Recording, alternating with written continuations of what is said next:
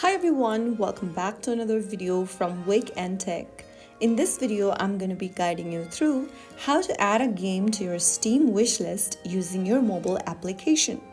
If you want to keep track of your favorite games on Steam right from your phone, then in this quick guide, I will show you exactly how.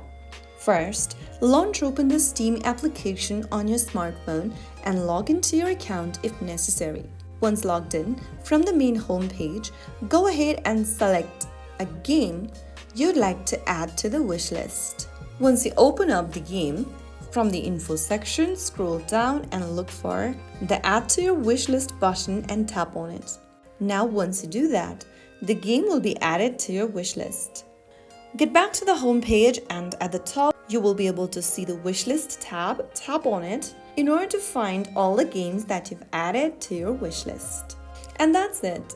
You've successfully added a game to your Steam wishlist using the mobile app.